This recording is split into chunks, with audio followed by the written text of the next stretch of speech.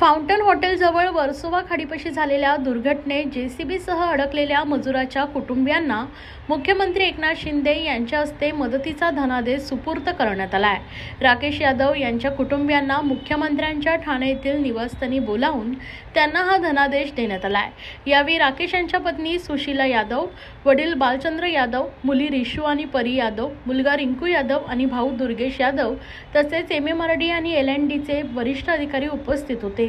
मुख्यमंत्री एकनाथ शिंदे यांनी MMRDला दिलेल्या निर्देशानुसार LNT कंपनीच्या वतीने 35 लाख रुपये तर 15 लाख विम्याचे असे 50 लाखांचा धनादेश राकेश यादव यांच्या कुटुंबियांना देण्यात आला आहे। तसेच राकेशचा भाऊ दुर्गेश याला LNT कंपनीमध्ये नोकरीही देण्यात आली आहे। MMRDच्या वतीने वर्सोवा खाडीत सुरू असलेल्या पाईपलाईनच्या कामावेळी JCB ऑपरेटर असलेले राकेश यादव हे JCB सकट मातीच्या ढिगाऱ्याखाली गाडले गेले होते।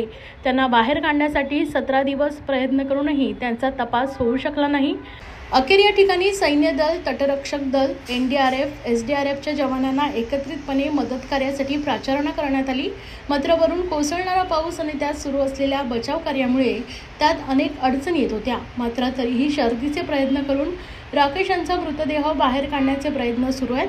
मात्र तत्पूर्वी कुटुंबाला मदत म्हणून हा मदत निधी देण्यात आल्याचं मुख्यमंत्र्यांनी सांगितलंय। यावेळी MMRDचे सहआयुक्त राधा विनोद शर्मा, MMRDचे मुख्य अभियंते श्री चामलवार, MMRDचे वरिष्ठ अभियंते हनुमंत सोनवणे, LNTचे प्रकल्प प्रमुख श्री कॉलिन तर माजी नगरसेवक एकनाथ भोईर हे देखील यावेळी उपस्थित होते। नमस्कार, मैं रामसमझ यादव।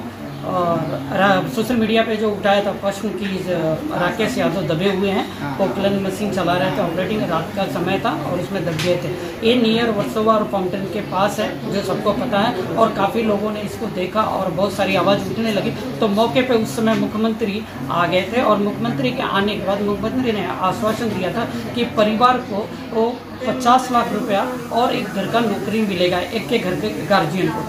मुख्यमंत्री साहब के आवास पे इस समय उपस्थित हैं और इस समय मेरे हाथ में आपको दिखाने के लिए मैं पहले करता हूं। उन्होंने मुख्यमंत्री के तरफ से आज पूरे परिवार को 35 लाख का चेक मिल चुका है और बच गया 15 लाख, जो उन्होंने 50 लाख बोला था।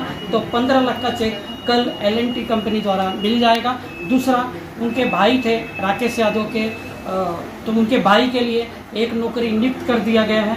तो मैं पूरे जो भी व्यूअर देख रहे हैं उनको ये बताना चाह रहा हूँ कि मुख्यमंत्री की तरफ से जो भी आश्वासन दिया गया था वो पूरा कंप्लीट हो गया है। धन्यवाद।